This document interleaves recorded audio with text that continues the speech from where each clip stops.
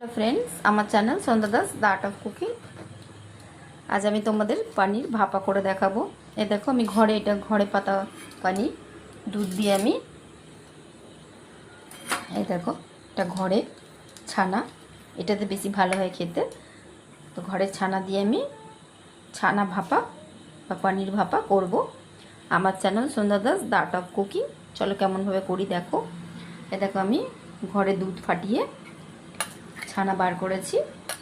আর এদিকে আমি মশলা নিয়েছি কাজু বাদাম, গোটা কালো সর্ষে, পোস্ত 1 চামচ, সর্ষে 1 চামচ আর কাজু বাদাম কয়েকটা, আর কাঁচা লঙ্কা 2টো নেব। এ দেখো 2টো কাঁচা লঙ্কা নিয়েছি আমি।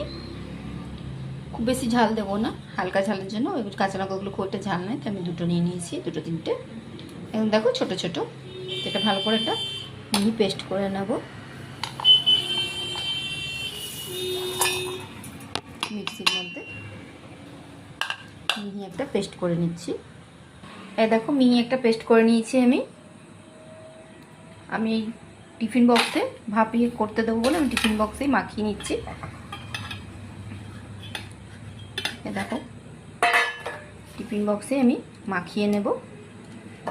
এই দেখো আমি টিফিন বক্সে দিয়ে দিয়েছি পনির বা ছানা, ঘরে পাতা ছানা। ঠিক আছে। এরপর আমি এই বেটে রাখা মশলাটা দিয়ে দিলাম, পোস্ত, কাজু বাদাম আর সর্ষে বাটা, কাঁচা লঙ্কা বাটা একসাথে। টেস্ট অনুযায়ী নুন দেব। এ দেখো আমি পনির নিয়েছি, পনির বা ছানা, এটা দুধ দিয়ে ঘরে পাতা ছানা। তার সাথে আমি মিক্সড করলাম, তোমাদেরকে দেখালাম। সর্ষে 1 চামচ, পোস্ত 1 চামচ, 2টো কাঁচা লঙ্কা আর কাজু বাদাম 5-6টা দিতে পারো। আমি সবগুলো একসাথে পেস্ট করে নিয়ে আমি এটার সাথে মাখাবো। আর কাঁচা সর্ষের তেল দিয়েছি। আর একটু মিষ্টি মিষ্টি খেতে ভালোবাসো, মানে ভালো লাগে, যারা খেতে ভালোবাসো মিষ্টি মিষ্টি তারা একটু মিষ্টি অ্যাড করবে, আর যারা মিষ্টি খেতে ভালোবাসো না তারা স্কিপ করবে। আর নুন টেস্ট অনুযায়ী দিয়েছি। আর কাঁচা সর্ষের তেল 2 চামচ, একটু কাঁচা সর্ষের তেল এটা লাগে। তো এটা ভালো করে একটু মাখিয়ে নেব। তোমরা হাত দিয়েও চাইলে মাখাতে পারো, হাত দিয়ে মাখালে বেশি ভালো হয়।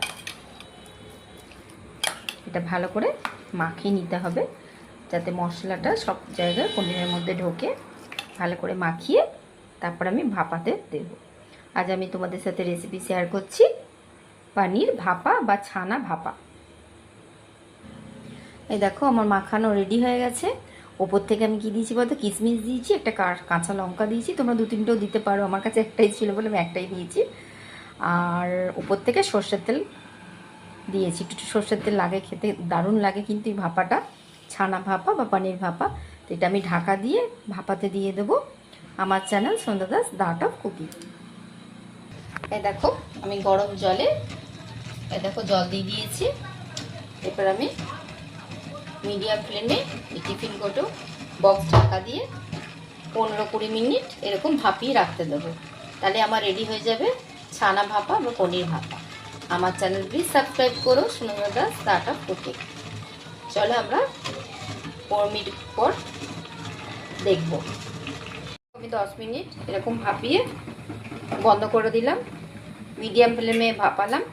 আর এটা এবার কী করবো, উপর থেকেও ঢাকা দিয়ে দেবো, যাতে এরকমভাবে 5 মিনিট রেখে দেবো। তারপর আমি বার করব টিফিন বক্সটা। আমার রেডি হয়ে যাবে পনির ভাপা বা ভাপা ছানা ভাপা।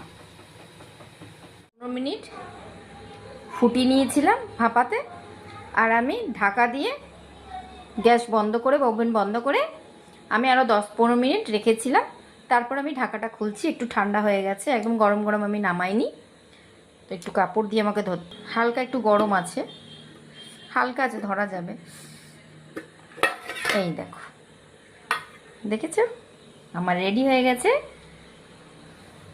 পনির ভাপা বা ছানা ভাপা ছানা।